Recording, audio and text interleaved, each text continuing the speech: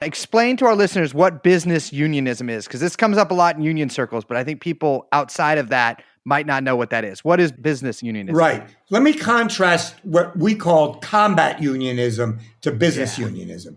Combat unionism is where you exert your collective power on the shop floor. So, for instance, we had a horrible, horrible supervisor who at one point picked up a 35-pound air gun and threw it at a black worker. And he said, "You're nothing but a lazy MF N-word," which I use in the book, by the way, because there's a disclaimer in the book that, hey, if you don't want to read the real language that goes on, this may not be your book. But I believe you've got to tell it the way it comes out in the most racist, sexist language that is used by management. So he did that to this black worker.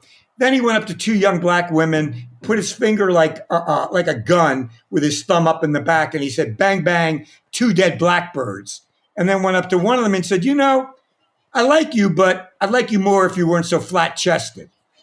And he went up to another Latina woman who happened to ask him, "Can I have a stick of gum?" Because he was chewing gum. And he said, "Yeah, if I can have a bite of your tits." And she was on probation, and she just broke down in tears, afraid that her husband would find out about it and come in there and shoot the supervisor. Yeah. So we took a guy like that and we went after him. We had our newsletter, Fighting Times. We called him Scab of the Month. Scab, for those who don't know, is a strikebreaker, somebody who breaks the picket line and takes the job of a striking worker. And that column became part of the DNA of the workforce. People would send us letters. People would write up stories about bad foremen. So this one particular foreman who I mentioned, Stevie Freeman, we decided we're going to go after him. So we made up thousands of stickers, 3-inch round stickers, Stevie Freeman, Scab of the Month. And he looked like a pumpkin, so we put a stem on it.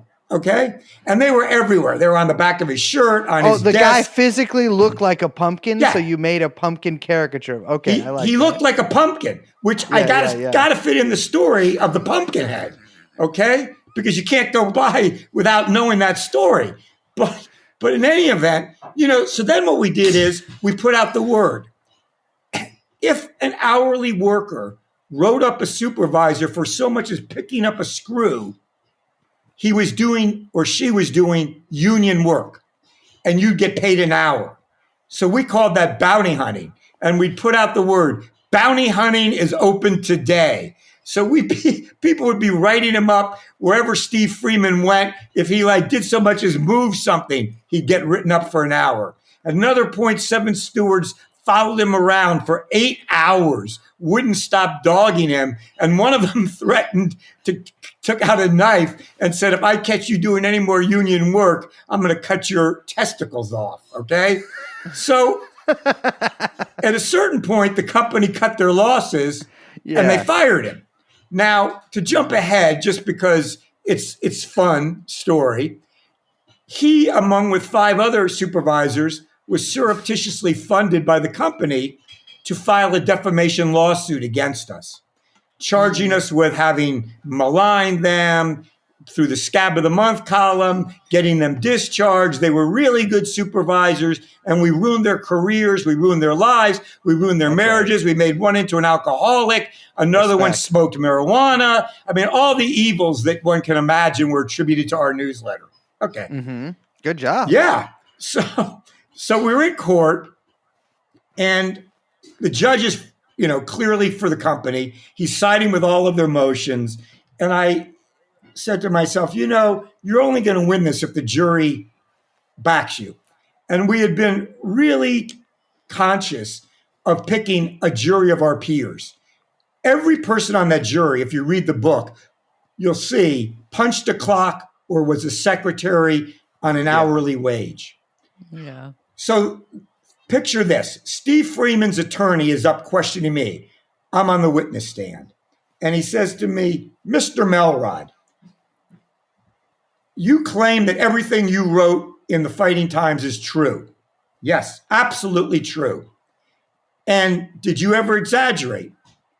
"No, there was veracity to every story."